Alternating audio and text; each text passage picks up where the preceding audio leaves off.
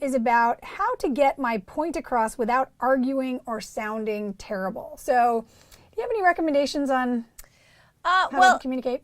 Yeah, a lot of people, we talk about this in the communication section in the system. A lot of people are good at talking. I say that they've got charts and they've got graphs and they've got long lists of reasons as to why they're right and why they need to be heard and why their point of view is the right point of view. But in actuality, that doesn't tend to work. Nobody tends to listen. I call that getting involved in the ping pong match of arguing where somebody says, well, here's my point. Well, here's my point. Well, here's my point. Well, here's my point. But wait a second. Exactly. Yeah. And they're not even listening to what the other person has to say. They're just waiting for them to stop talking so that they can make their point. And it doesn't do anything.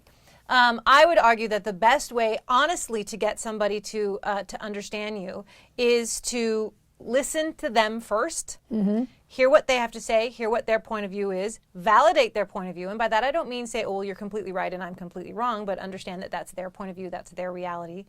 And then ask for that opportunity yourself.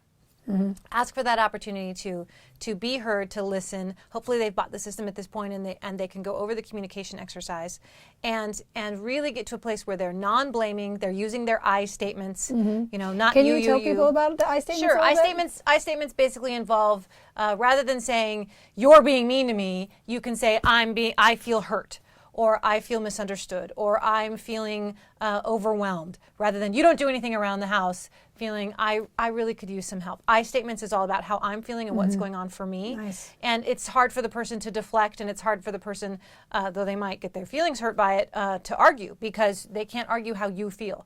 They can absolutely argue what you're telling them about them. Right. Makes them less defensive, makes it easier for them to understand where you're coming from, and honestly makes it easier for them to care. When your partner says, I feel overwhelmed, that's a much harder thing to ignore than you don't do anything around here.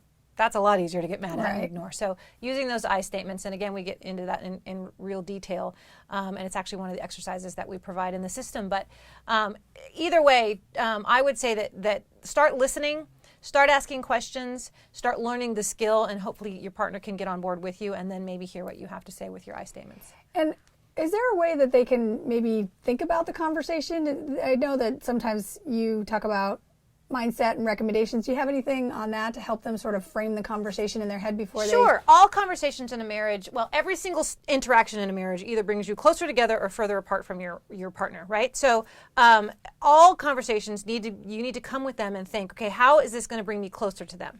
How is this going to bring further understanding, further connectedness, further intimacy? How is that all, we're going to get together with this? And so their mindset, all conversation needs to be about that. It doesn't need to be about, I'm going to hurt you, I'm going to blame you, I'm going to get you to admit you're wrong. Those are all steps away from intimacy. So, in any conversation, you need to sort of be asking yourself, how is this going to get us closer and not further apart? And I would enter any conversations that way. All conversations, whether it's about taking out the trash or whether you're going to stay married or not. All conversations should be about coming together. Right. Awesome.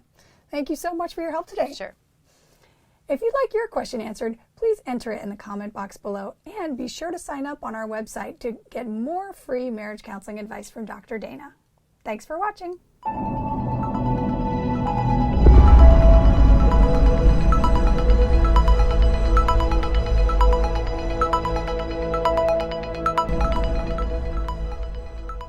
Thank you so much for watching. To get more free marriage help from Dr. Dana, please check out our website at www.strongmarriagenow.com. If you want to know when we post new videos, please subscribe to our YouTube channel by clicking on the link right on this video. If you've got questions for Dr. Dana or just want to share your opinion, please comment below.